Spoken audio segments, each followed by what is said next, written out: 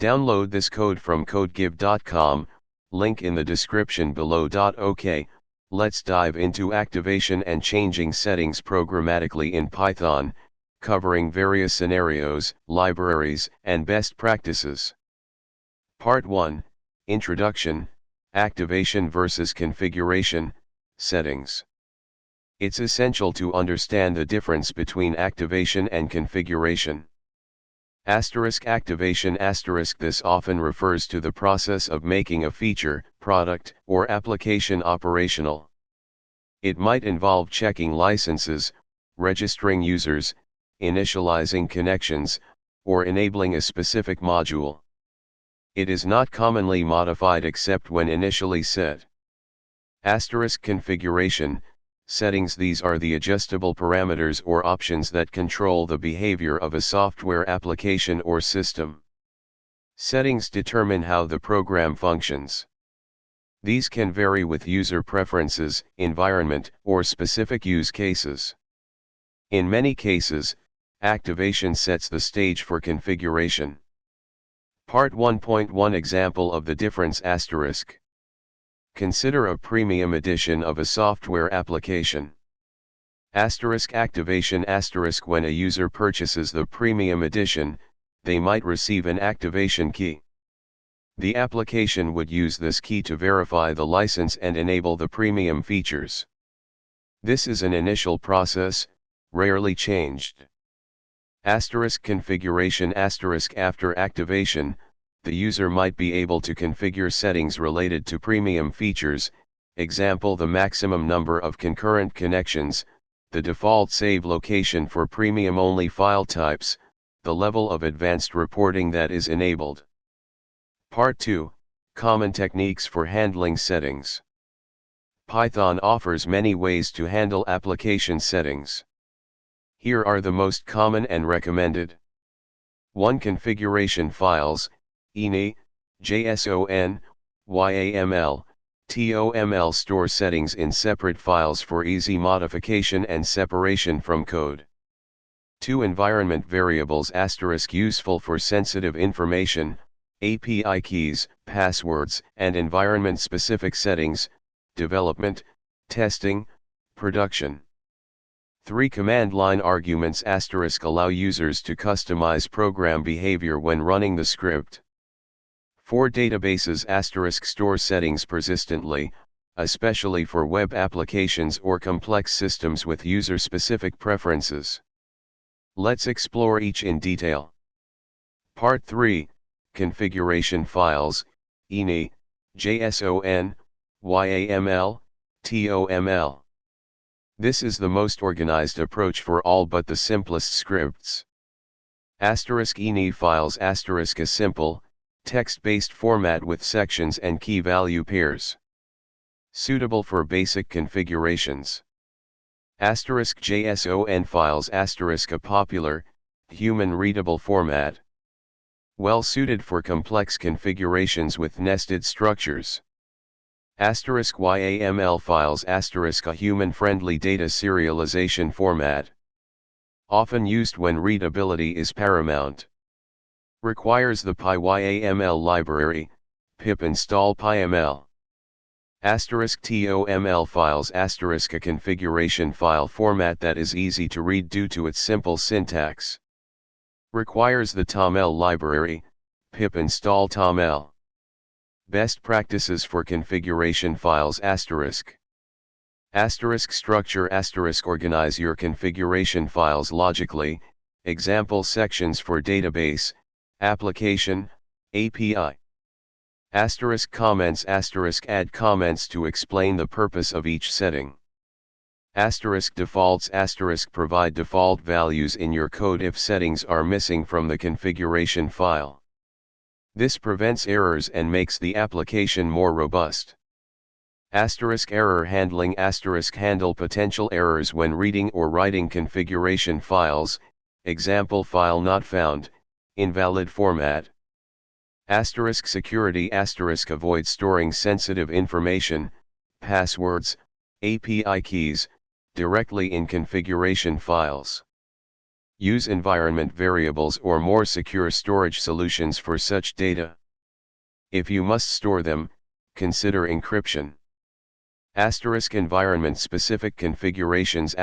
Use different configuration files for different environments, development, testing, production. A common approach is to use environment variables to specify which configuration file to load. Part 4, Environment Variables. Environment variables are key value pairs set at the operating system level. They're excellent for environment-specific settings and sensitive information. Explanation and best practices for environment variables. os.environ.get, variable_name, default_value, the recommended way to access environment variables. The default_value ensures that your program doesn't crash if the variable is not set. *.env files, using Python. Excellent for local development. Store environment variables in a file named .env in your project directory. Do not commit the .env file to your repository, add it to .gitinery. Setting environment variables. Cautiously avoid modifying environment variables within your code unless absolutely necessary. Changes made within your script might not persist after the script exits, and it can lead to unexpected behavior in other processes. Security. Environment variables are generally more secure than storing secrets in configuration files, but they are not foolproof. Consider more robust secret management solutions, example HashiCorp Vault, AWS Secrets Manager, for highly sensitive data. Platform-specific setup. Setting environment variables varies depending on your operating system. For example, *Linux/Mac OS *export variable_name equals value. *Windows *use the set command in the command prompt or PowerShell, or modify the system environment variables through the control panel. Part 5, Command line arguments. Command line arguments allow users to customize the program's behavior directly when running the script from the command line. Explanation and best practices for command line arguments. *argparse, the standard library module for parsing command line arguments. *argument parser, creates the argument parser object. *add_argument, adds individual arguments. *argument_name, a positional argument, required.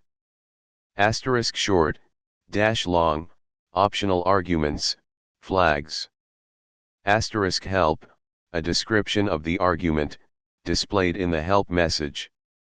*default, a default value if the argument is not provided.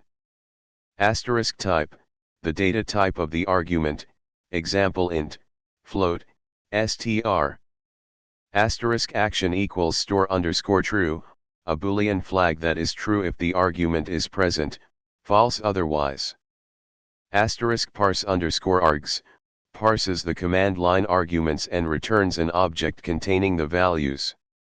*help message. *argparse automatically generates a help message when the user runs the script with h or -help.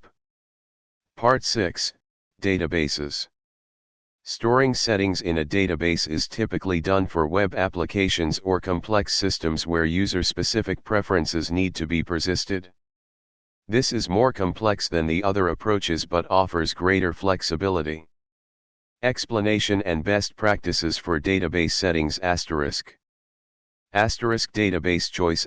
Select the appropriate database system for your application, example SQLite, PostgreSQL, MySQL, MongoDB. Data types. Use appropriate data types for your settings, example text, integer, boolean. User-specific settings. If you have user-specific settings, include a user_ID column in your settings table. ORM, Object Relational Mapper. Consider using an ORM like SQL Alchemy to simplify database interactions. Connection Management. Ensure proper connection management, opening and closing connections, to avoid resource leaks. Security. Protect your database credentials and prevent SQL injection vulnerabilities. Part 7, Activation, Example Scenarios. As mentioned at the beginning, activation is about enabling functionality, often through a license check. 1. License key verification. 2. Feature flags, activation/deactivation of features. Key considerations for activation. Security. License verification should be robust and prevent tampering. Persistence. Store the activation status securely so that the application remains activated across sessions. Error handling. Handle potential errors during activation, example network errors, invalid license keys. Deactivation. Provide a mechanism for deactivating the application, example transferring a license to another machine. User experience. Provide clear instructions to the user during the activation process. Feature flags. Use them to release new features gradually and to perform A/B testing. Feature flags allow you to control which users have access to certain features. Part 8, Putting it all together, a more complex example. Key improvements and explanation of the complex example. Prioritization. The code demonstrates a common pattern of prioritizing settings. 1. Configuration file, load settings from config.ini. 2. Environment variables, override settings with environment variables. 3. Command line arguments, command line arguments take highest priority. Fallback values. The config.get, fallback equals, method provides default values if settings are missing from the configuration file. Modularity. The code is broken down into functions for better organization and readability. Load_config, get_environment_settings, parse_command_line_args, initialize_application. Error handling. Includes basic error handling, example try, except for file loading. Feature flags. Shows how to integrate feature flags into the settings loading process. Centralized settings. The initialize_application function centralizes the process of loading settings from various sources and combining them into a single dictionary. Type conversion. Employs config.getInt and config.getBoolean for appropriate type conversion of configuration values. Flexibility. Allows users to configure the application using configuration files, environment variables, or command line arguments, providing maximum flexibility. In summary, programmatic activation and configuration are fundamental to creating robust, flexible, and maintainable applications. Choose the appropriate techniques based on the complexity of your application and your specific requirements. Prioritize security, error handling, and a clean, well-organized code base. Remember to comment your code.